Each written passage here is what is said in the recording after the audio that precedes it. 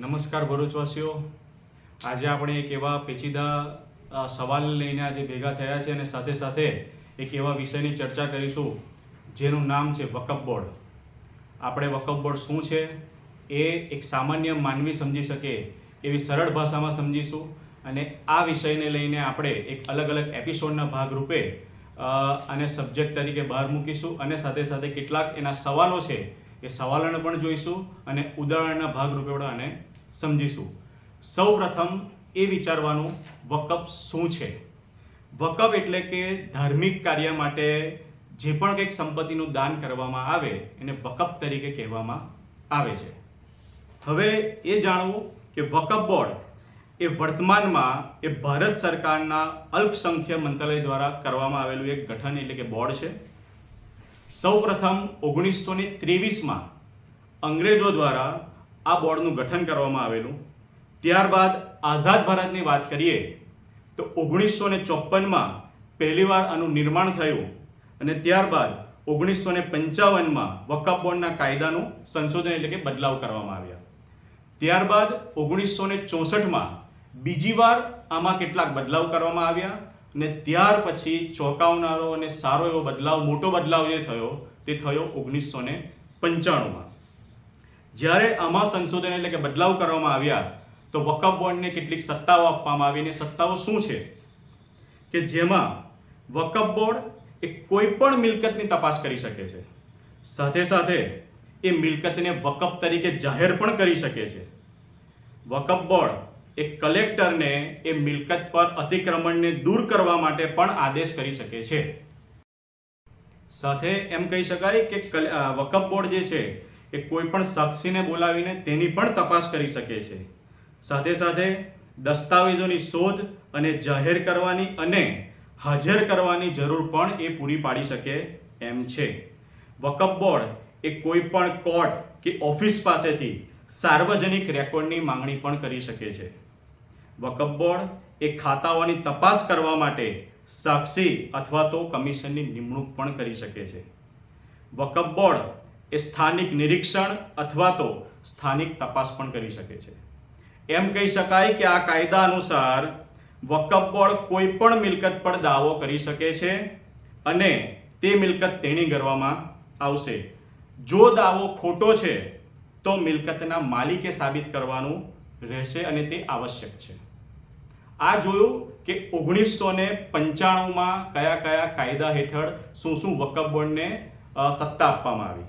સાથે સાથે વકફ એક્ટ 1995માં અને એમાં પણ કલમ 40 હેઠળ જે મિલકત વકફ મિલકત હોય છે તેમાં કેટલાક નિર્ણયો લેવામાં આવ્યા કે જેમાં વકફ બોર્ડ પાસે વકફ મિલકત હોવાનું માનવાનું કારણ ધરાવતી કોઈ પણ મિલકત અંગેની માહિતી એકત્રિત કરી શકે છે. સાથે સાથે પેટા કલમ 1 મુજબ હેઠળના પ્રશ્ન પર જો બોર્ડનો નિર્ણય જ્યાં સુધી ટ્રિબ્યુનલ દ્વારા રદબાદલ અથવા તો ફેરફાર કરવામાં ન આવે તો ત્યાં સુધી એ નિર્ણયને અંતિમ નિર્ણય ગણવામાં આવે છે. આ આપણે વાત કરી 1995માં જે પણ કંઈક અધિકારોને સત્તાઓ એમને આપવામાં આવી. હવે વાત કરીએ 2013માં તો એટલા બધા વિશેષ અધિકાર આપવામાં આવ્યા કે જ્યારે 2013માં એ તત્કાલીન યુપીએ કોંગ્રેસ સરકારે એ વિશેષ મુસ્લિમ તુષ્ટિકરણના ભાગરૂપે આ કાયદાને એવી સત્તાઓ આપવામાં આવી કે જેના થકી કોઈ પણ ગેર મુસ્લિમ વ્યક્તિ, ટ્રસ્ટ અથવા તો સરકારી જમીનો પણ પર પોતાનો દાવો કરી શકે છે. બીજો એક વિશેષ સત્તા કે કાયદો કે જેને કહેવાય છે વર્ક ફોર યુઝર. આમાં કોઈ પણ વ્યક્તિ એ આ મિલકતને જો એ ઇસ્લામિક કાર્યો માટે વાપરતો હોય તો એમાં પણ એ સમય જતાં વકફ બોર્ડ એને પોતાના પર એનો દાવો એ કરી શકે છે. હવે આ તો થયું કે શું બે વસ્તુ થઈ. હવે ત્રીજી વસ્તુ, આ એક્ટમાં કોઈ પણ મિલકત કે જે વકફ તરીકે જાહેર કરવામાં આવે છે તે તેના મૂળ માલિકને જાણ કરવાની જરૂર નથી. આમાં મૂળ માલિકને પણ જાણ કરવામાં નથી આવતી કે તમારી મિલકત એ વકફ તરીકે છે. મૂળ માલિક એ પોતાની મિલકતનો દાવો એ નોટિફિકેશન મળે એના 1 વર્ષ સુધી જ એની સામે વાંધો કરી શકે છે અને એની સામે એટલી સત્તા છે કે એ ચાહે તો વકફ એ 10 કે 20 વર્ષ પછી પણ આ મિલકત વકફની છે એ જાહેર કરી શકે છે. આ કાયદા મુજબ મૂળ માલિકને એ પોતાની મિલકત પરત મેળવવા માટે સ્થાનિક સિવિલ કોર્ટમાં દાવો કરી શકાશે નહીં. પોતાની મિલકત પરત મેળવવા માટે વકફ કોર્ટ એટલે કે ટ્રિબ્યુનલ કોર્ટમાં જ એમણે જવાનું હોય છે, અને જે ગુજરાત ખાતે ગાંધીનગરમાં જ આવેલી છે.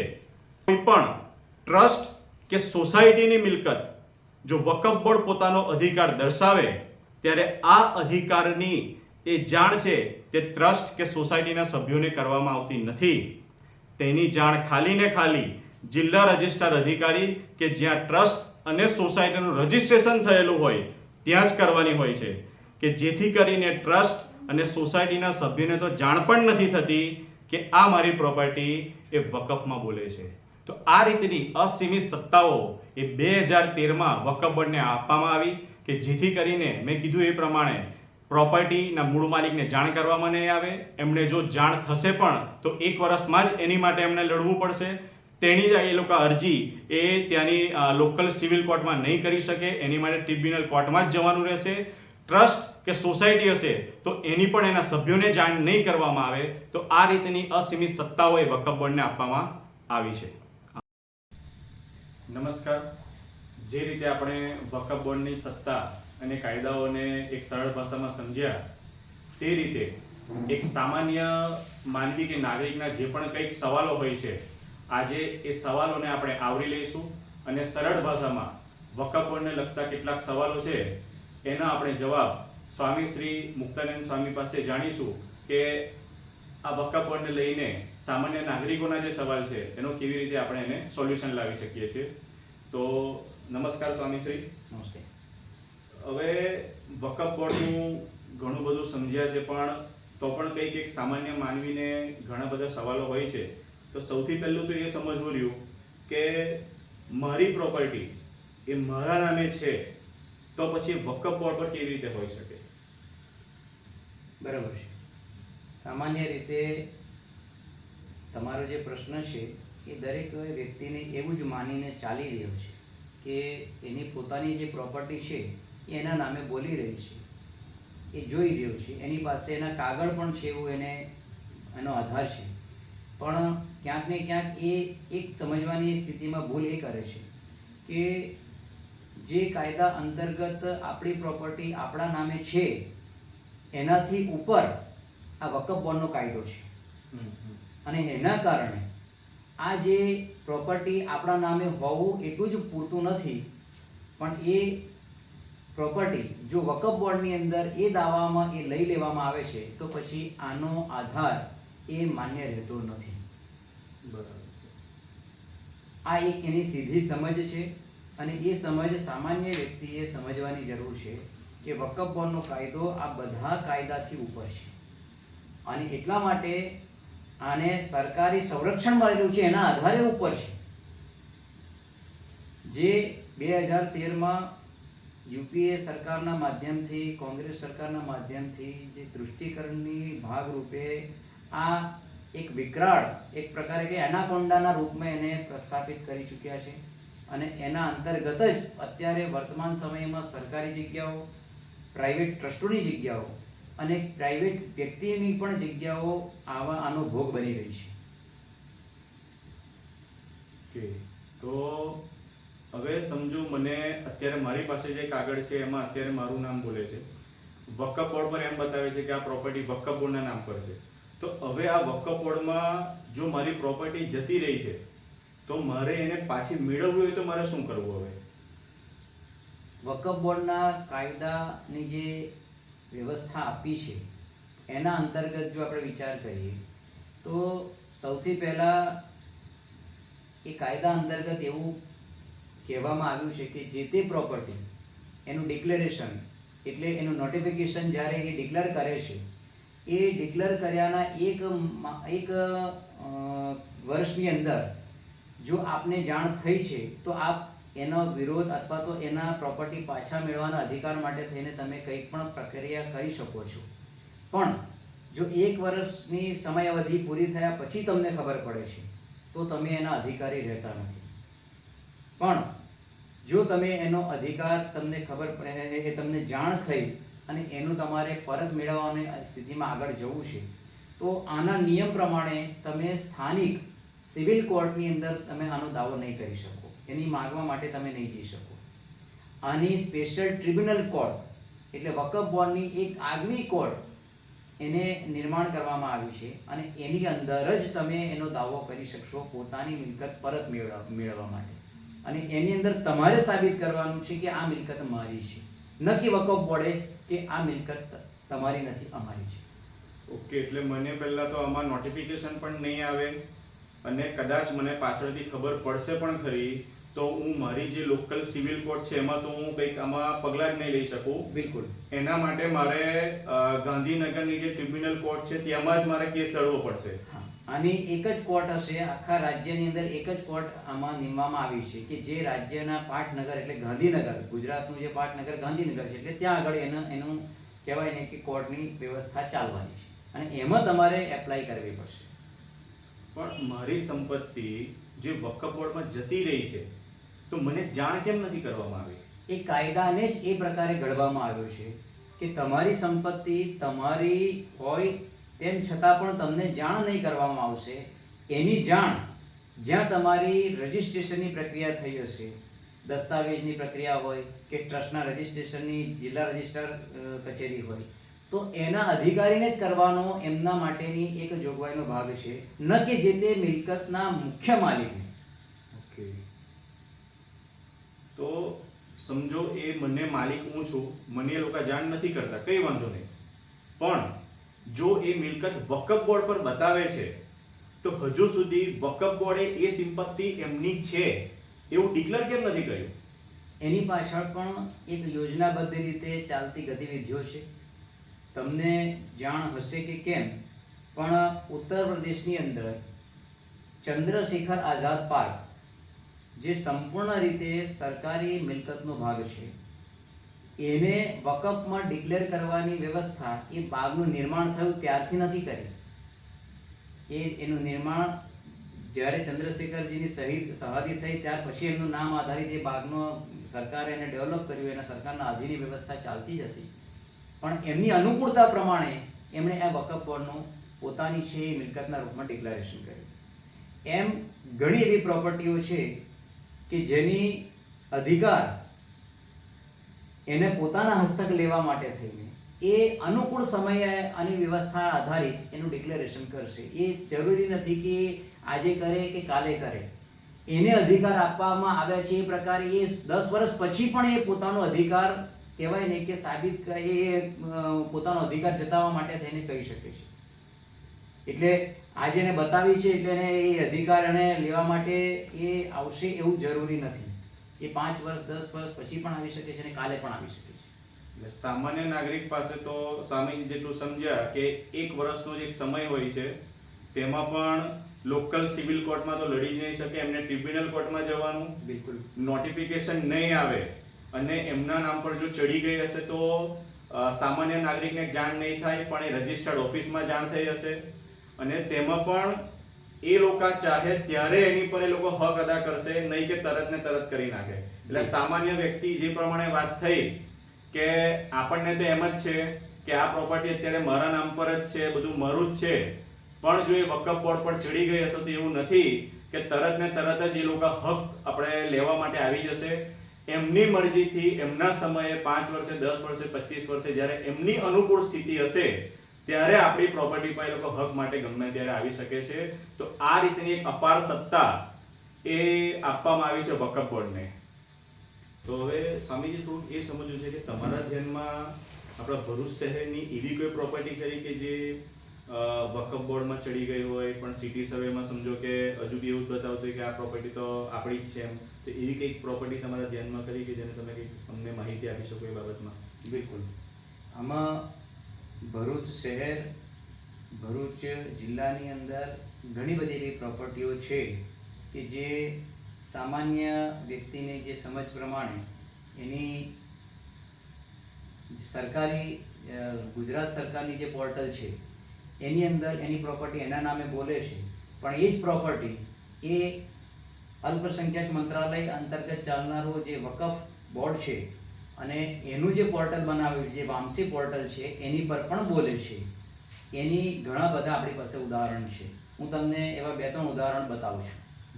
જરૂરથી સમજીએ કે કેવી રીતે આને જોઈ પણ શકાય, તો અમને પણ એક આઈડિયા આવે કે અમે પણ કેવી રીતે ચેક કરી શકીએ કે અમારી પ્રોપર્ટી વકફ બોર્ડમાં છે અને આપણા ભરૂચ જિલ્લાના સર્વે નંબર પર બી કેવી રીતના ચેક કરવું છે, અમને થોડીક માહિતી આપશો. એટલે સામાન્ય વ્યક્તિ ચેક કરી શકીએ એ જ ઉદ્દેશથી હું આપની સામે બતાવું છું. બેઉ સાઈડો તમારી સામે ઓપન કરીશ અને એ બેઉ સાઈડો પર જે પ્રોપર્ટી હશે એ પણ તમને બતાવીશ. જરૂરથી. તો આપણે હવે જોઈશું કે ઈ મિલકત પર એટલે સરકારી પોર્ટલ પર આપણી મિલકતની સ્થિતિ શું છે અને વામસી પોર્ટલ એટલે વકફ બોર્ડના પોર્ટલ પર એ મિલકત કેવી રીતે બતાવવામાં આવી છે. તો સૌથી પહેલાં આપણે ઈ મિલકત ખોલીશું. ઈ મિલકત આપણે ખોલીએ છીએ. આ સરકારી સાઇટ છે અને સરકારે આપણી વ્યવસ્થા માટે થઈને આપેલી આ વ્યવસ્થા છે. એમાં શહેરી વિભાગને સિલેક્ટ કરીશું એટલે આ પ્રકારનું એક વિગત આપણે ભરવાની હશે. એમાં સર્વે નંબર જે છે, સર્વે નંબરની ડિટેલ્સ આપણે જોઈએ છીએ એટલે આપણે એ પ્રકારે સિલેક્ટ થયેલું છે. એમાં ડિસ્ટ્રિક્ટ, તો આ ગુજરાતના બધા ડિસ્ટ્રિક્ટ છે, એમાં આપણે ભરૂચને સિલેક્ટ કરીશું. ત્યાર પછી સિટી સર્વે ઓફિસ, તેની અંદર જે ભરૂચને આપણે સિલેક્ટ કરીશું અને એમાં સિટી સર્વે વોર્ડ, તો એ વોર્ડની અંદર વોર્ડ નંબર 3 જે મિલકત આપણે જોવાની છે એ વોર્ડ નંબર 3માં બતાવે છે એટલે આ city survey number ward number 3. ત્યાર પછી સર્વે નંબર આપણા અંદર એમાં એડ કરવાનો આવશે એટલે સર્વે નંબર 1705.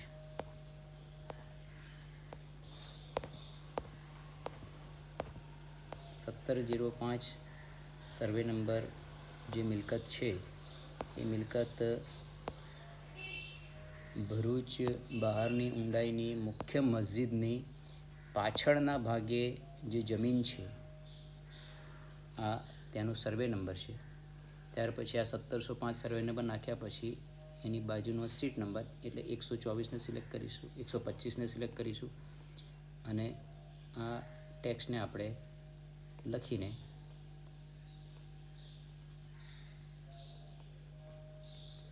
આગળની ડિટેલ્સ જોઈશું. તો આ સર્વે નંબર જે નાખ્યો એની આ વિગત આપણી સામે આવી ગઈ છે. ડિસ્ટ્રિક્ટ ભરૂચ છે, સિટી સર્વે ભરૂચ છે, વોર્ડ નંબર 3 છે, સીટ નંબર 125 છે અને સર્વે નંબર 1705 છે. એનો એરિયા 662.84 ચોરસ મીટર છે. આની સ્થિતિ આપણે જોઈએ તો એ મૂળ ધારણકર્તા એટલે શ્રી સરકાર છે અને હાલ એટલે વર્તમાનની અંદર પણ જો કોઈ ધારણ કરતા છે તો પણ તે શ્રી સરકાર છે. એટલે આ સ્થિતિ આપણી ઈ પોર્ટલ પર એટલે સરકારી પોર્ટલ પર આ 1705 નંબરના સર્વે નંબરની આપણે બતાવી છે. હવે આ જ સ્થિતિ આપણે વકફ બોર્ડના પોર્ટલ પર જોઈશું, વામસી પોર્ટલ પર. આ વકફ બોર્ડનું વામસી પોર્ટલ આપણે ઓપન કર્યું. આ વામસી પોર્ટલ ઓપન થાય છે એની સામે આપણી સામે જે વિગતો છે એમાં જમણી બાજુના પોર્શન પર જે રાજ્ય વાઇઝ બધી લિસ્ટ છે એમાં આપણે 9 નંબર એટલે ગુજરાત રાજ્યને સિલેક્ટ કરીશું. ગુજરાત રાજ્યને સિલેક્ટ કરશો એટલે એક પેજ ઓપન થશે. એમાં ગુજરાત રાજ્યનો નકશાનો ઉપર વિગત છે. એમાં 3જા નંબર એટલે વર્તમાન સ્થિતિને સિલેક્ટ કરીશું. આ વર્તમાન સ્થિતિને સિલેક્ટ કરીશું એટલે અંદર થોડી વિગત ભરવાની આવશે. ગુજરાત સ્ટેટ વકફ બોર્ડ એ તો છે જ. નીચે જે જિલ્લો એટલે જિલ્લાની અંદર આપણે આ જે ગુજરાતના જિલ્લામાં ભરૂચ જિલ્લો આપણે સિલેક્ટ કરી, ઉપજિલ્લો એટલે સિલેક્ટ સબ ડિસ્ટ્રિક્ટની અંદર પણ આપણે ભરૂચને સિલેક્ટ કરીશું. ત્યાર પછી નીચે વકફ કિસકે અંતર્ગત है, सभी क्षेत्रे, ग्रामीण क्षेत्र કે શહેરી ક્ષેત્ર, તો આપણે શહેરી ક્ષેત્રને સિલેક્ટ કરીશું એટલે એની અંદર ગાંવ શહેર, તો આ સિલેક્ટ ટાઉનની અંદર ભરૂચ મેન એને સિલેક્ટ કર્યા પછી વ્યૂ ડેટાને આપણે ઓપન કરીએ. વ્યૂ ડેટાને ઓપન કરતાં આપણી સામે એક પેજ આવે છે. આ પેજ એ ભરૂચ શહેરની ટોટલ જે વકફ બોર્ડ પર વામસી પોર્ટલ પર જે ડિક્લેર કરેલી છે એ મિલકતો આની અંદર દર્શાવી છે. એટલે 1426 મિલકતો વકફ વામસી પોર્ટલ પર ભરૂચ શહેરની બતાવી છે. જમણી બાજુના પોર્શન પર કયા કયા પ્રકારની મિલકતો છે એની વિગત છે. તો એમાં પહેલું છે એગ્રીકલ્ચર લેન્ડ એટલે ખેતીની જગ્યાઓ. ત્યાર પછી બિલ્ડિંગ છે, પછી દરગાહ, મજાર, મકબરા, દારૂલમ, ગ્રેવયાર્ડ, હાઉસ, એવા અલગ અલગ મસ્જિદ એટલે મોસ્ક છે, પ્લોટ છે, સ્કૂલ, શોપ, અધર્સ. આ ટોટલ બધાનું જે આપણે જોઈએ છે 1426 થાય છે. એમાં આપણે હવે જે મિલકત જોવાની છે ગ્રેવયાર્ડની અંદર બતાવશે. એટલે આ ગ્રેવયાર્ડને આપણે સિલેક્ટ કરીશું એટલે 24 એની ટોટલ મિલકતો અહીંયા બતાવી છે. 24 આ 24 મિલકતોની અંદર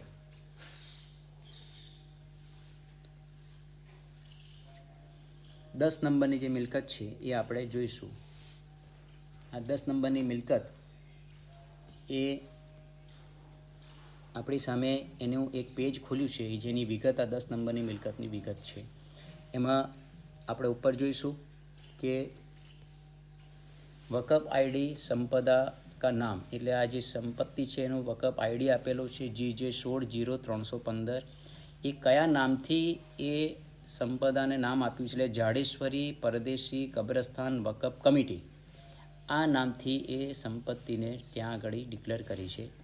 એનું સંપત્તિનો આઈડી પણ અલગથી આપેલો છે GY001 કેટેગરી ગ્રેવયાર્ડ છે. તો આવા પ્રકારની થોડીક માહિતી એમાં આપી છે. આ બાજુ જમણી બાજુ જોઈશું તો એનો ક્ષેત્રફળ પણ આપેલું છે. આવી મોટી મોટી માહિતી ભરેલી હોય છે. સર્વે નંબર સાથે હોય છે એવું જરૂરી નથી. નીચે જોઈશું તો કેટલાક ફોટોગ્રાફ્સ છે. આ ફોટોગ્રાફ્સ જે તે જગ્યાના ફોટોગ્રાફ્સ છે. એટલે આપણે જોઈ શકીશું કે આ બહારની ઊંડાઈની મુખ્ય મસ્જિદ છે અને આ બિલ્ડિંગ છે એની પાછળનો જે ખુલ્લો એરિયા જે કવર કરેલો છે એ એરિયા આપણે જોઈ શકીએ છીએ. આ એનો બહારનો ભાગ છે. આ ફોટોગ્રાફ્સ આપેલા છે અને ત્યાર પછી આપણે જોઈશું વી ઓન મેપ એટલે આને આપણે ઓપન કરીશું એટલે આ જે નકશો છે જીપીએસ નકશો છે. આ જીપીએસ નકશામાં આપણે જો આ રતન તલાવ આપણને દેખાય છે. આ રતન તલાવની બાજુમાં જ જે બહારની ઊંડાઈની મસ્જિદ એની બાજુમાં જે બનેલી મોટી બિલ્ડિંગ એની પાછળના ભાગમાં આ લાલ કલરના માર્કિંગથી જે જગ્યા માર્ક કરવામાં આવી છે એ જ જગ્યા કે જે આપણે ફોટાની અંદર જોઈ છે જેનો સર્વે નંબર 1705 છે. આ જગ્યા સરકારી પોર્ટલ પર સરકારની છે અને વામસી પોર્ટલ પર આ જ જગ્યાને સરકારી જગ્યાને એમણે પોતાની વકફ બોર્ડની સંપત્તિના રૂપમાં ડિક્લેર કરેલી છે. તો આ થઈ એક મિલકત કે જે આપણે બેઉ પોર્ટલ પર એની વિગત જોઈ. હવે આપણે એક બીજી મિલકત પણ જોઈશું. આમાંથી આપણે પરત પાછા જઈશું એ મિલકત પર.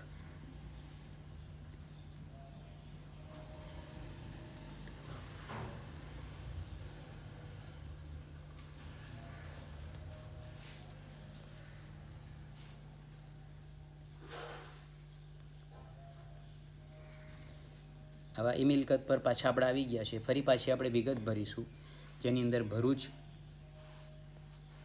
જિલ્લો, ત્યાર પછી city survey Bharuch, phone number 3, city survey ward number આવે છે એની અંદર વોર્ડ નંબર 3, ત્યાર પછી સર્વે નંબર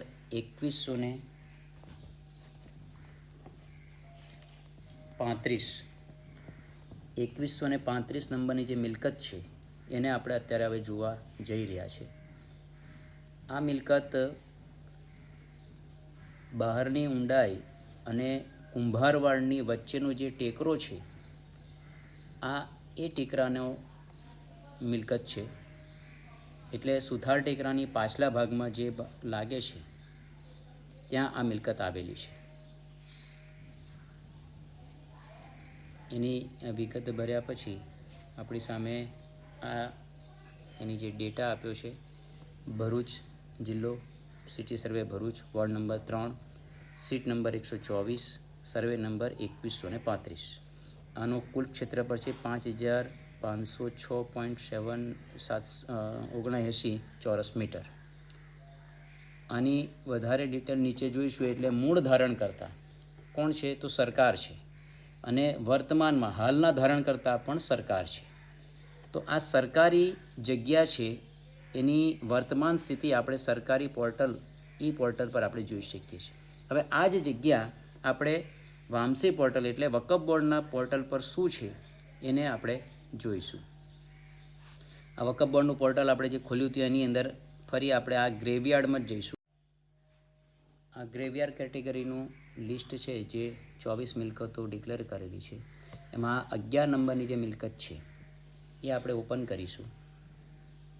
આ ઓપન કરતાં આપણી સામે જે પેજ ખુલ્યું એ મિલકતનું પેજ છે, જેની અંદર વકફ સંપત્તિ જે છે એનું આઈડી છે GJ160316. જે મિલકતનું નામ મુલતાન બાવાની દરગાહ કબ્રસ્તાન વકફ કમિટી નામથી એમણે ડિક્લેર કરી છે. સંપત્તિનો અલગ આઈડી પણ છે GY001 અને કેટેગરી ગ્રેવયાર્ડ. આ સંપત્તિ લગભગ એનું જે ક્ષેત્રફળ છે 46,482.44 સ્ક્વેર ફીટ. આમાં સ્ક્વેર ફીટમાં આપેલી છે, આપણે જે જોઈતી એ ચોરસ મીટરમાં હતી. તો આ જે મિલકતના ફોટા પણ અહીંયા મૂક્યા છે. ભૌગોલિક રીતે જે આ જગ્યાઓને ઓળખતો હોય તેને જ આ જાણી શકીએ, બાકી ફોટાથી સીધું આપણને ખબર પડશે નહીં. એટલે આ જગ્યાને આપણે અહીંયા આગળ વ્યૂ ઓન મેપ કે જે GPS સિસ્ટમના માધ્યમથી આ જગ્યાનો મેપ લીધેલો છે. તો આ જગ્યાનો મેપ જોતાં આપણને તરત ધ્યાનમાં આવશે કે આ જગ્યા ક્યાં આવી છે. આ બટુકનાથ વ્યાયામશાળા જે છે એના પાછલા ભાગની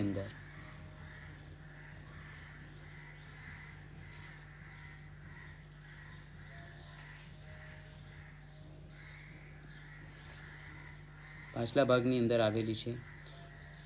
જમણી બાજુનો જે પોર્શન છે એ બહારની ઊંડાઈનો ભાગ છે. ડાબી બાજુનો જે પોર્શન છે મેપ લાલ જે કોર્ડન કરેલી જગ્યાનો એ કુંભારવાડનો ભાગ છે.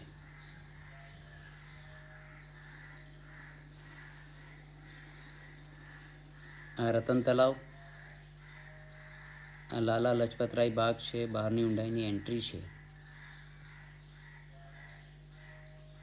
તો આ જગ્યા જે અત્યારે લાલ માર્કિંગથી આખી દર્શાવવામાં આવી છે એ આપણે પોર્ટલ પર જે જોઈ 2135 સર્વે નંબર. આ 2135 સર્વે નંબર એ સંપૂર્ણ સરકારી સર્વે નંબર છે, જેને વકફ પોર્ટલ પર વકફ સંપત્તિથી એને ડિક્લેર કરવામાં આવી છે, જે આપણે જોઈ શકીએ છીએ. વકફ બોર્ડની માહિતી શક્ય તેટલી પ્રમાણિકતાથી અને આધારભૂત માધ્યમથી આપણી સમક્ષ મૂકવાનો એક પ્રયત્ન કર્યો છે. તેમ છતાં પણ જો તમારા કોઈ પ્રશ્ન બનતા હોય તો તમે અમને કમેન્ટ બોક્સમાં જણાવી શકો છો. આ વિડીયો દર ત્રીજા દિવસે એ ભરૂચની વિવિધ મિલકતો કે જે વકફ બોર્ડમાં છે તેની અમે પ્રજાજોગ જાણ કરીશું, અને તે જ સમયે તમારા જે પણ કંઈક પ્રશ્નો હશે એનો અમે જવાબ આપવાનો પૂરેપૂરો પ્રયત્ન કરીશું. સાથે સાથે આપણે સ્વામીજીનો આભાર માનીશું કે આપણને આ રીતે વકફ બોર્ડ પર જે પણ કંઈક માહિતી આપી છે એના માટે સ્વામીજી તમારો આભાર. અને ભરૂચની જનતાને નમસ્કાર. આવતી વખતે ફરી મળીશું એક નવા એપિસોડ સાથે. ભારત માતા કી જય.